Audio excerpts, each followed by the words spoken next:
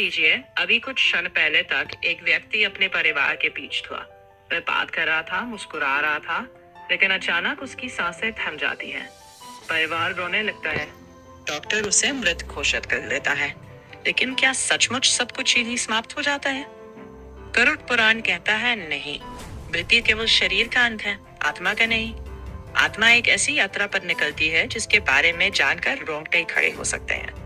आखिर मृत्यु के बाद क्या होता है? क्या आत्मा अपने घर लौटती है? क्या यमदूत सच में आते हैं?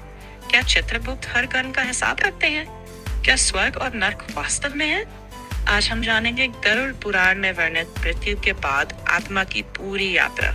यह वीडियो धार्मिक ग्रंथ गरुड़ पुराण में वर्णित मान्यताओं पर आधारित है। गरुड़ पुराण के अनुसार जैसे ही प्राण शरीर से निकलते हैं, आत्मा अपने शरीर को बाहर से देखने लगती है। उसे अपने प्रियजन दिखाई देते हैं, उनका रोना दिखाई देता है। वह उनसे बात करना चाहती है, लेकिन कोई उसकी आवाज नहीं सुन सकता। उसी समय आत्मा को यह एहसास होता है कि अब उसका सांसारिक जीवन समाप्त हो चुका है। यदि व्यक्ति भगवान का भक्त रहा हो, सत्य और धर्म का पालन किया हो, तो आत्मा शांत रहती है। लेकिन जिसने जीवन भर अधर्म किया हो, उसके भीतर भय और बेचैनी बढ़ने लगती है। गरुड़ पुराण में वर्णन है कि मृत्यु के बाद यमराज के दूत आत्मा को लेने आते हैं। धर्मात्मा के लिए उनका स्वरूप सौम्य बताया गया है, लेकिन पापी आत्माओं के लिए उनका रूप अत्यंत भयानक बताया गया है। उनकी आंखें अग्नि समान, हाथों में फंदा और स्वर अत्यंत कठोर। यमदूत आत्मा से कहते हैं, अब चलो, तुम्हारे कर्मों का समय आ गया है। गरुड़ पुराण के अनुसार मृत्यु के बाद कुछ समय तक आत्मा अपने घर और परिवार के आसपास रह सकती है। वह अपने अंतिम संस्कार को देखती है, अपने प्रियजनों का दुख महसूस करती है, लेकिन कुछ भी बदल नहीं सकती।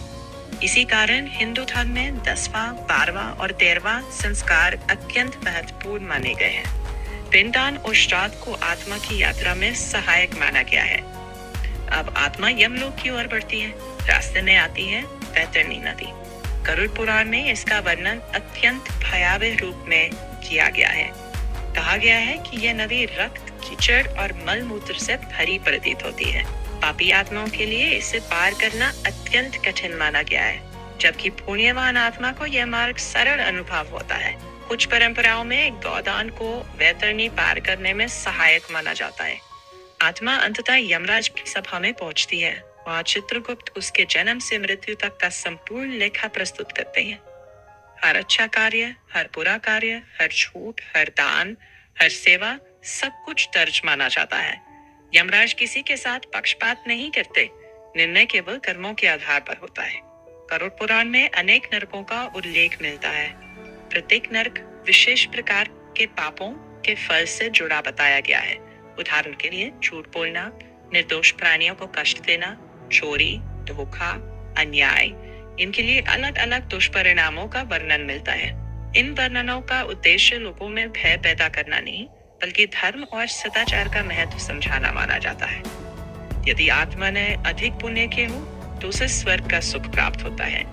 यदि कर्म शेष हो, तो पुनर्जन्म होता है। और यदि आत्मा कर्म बंधन से मुक्त हो जाए, तो उसे मोक्ष प्राप्त होता है।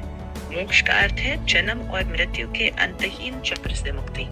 गरुड़ पुराण हमें मृत्यु से डरना नहीं सिखाता, बल्कि जीवन को सही ढंग से जीना सिखाता है। सत्य बोलिए, माता पिता का सम्मान कीजिए, जरूरतमंदों की सहायता कीजिए, ईश्वर का स्मरण कीजिए, क्योंकि अंत में साथ चाहता है न धन न पद, सिर्फ हमारे कर्म।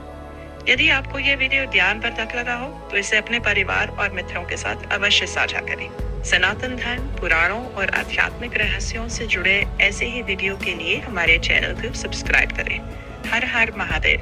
ओम नमो भगवते वासुदेवाय।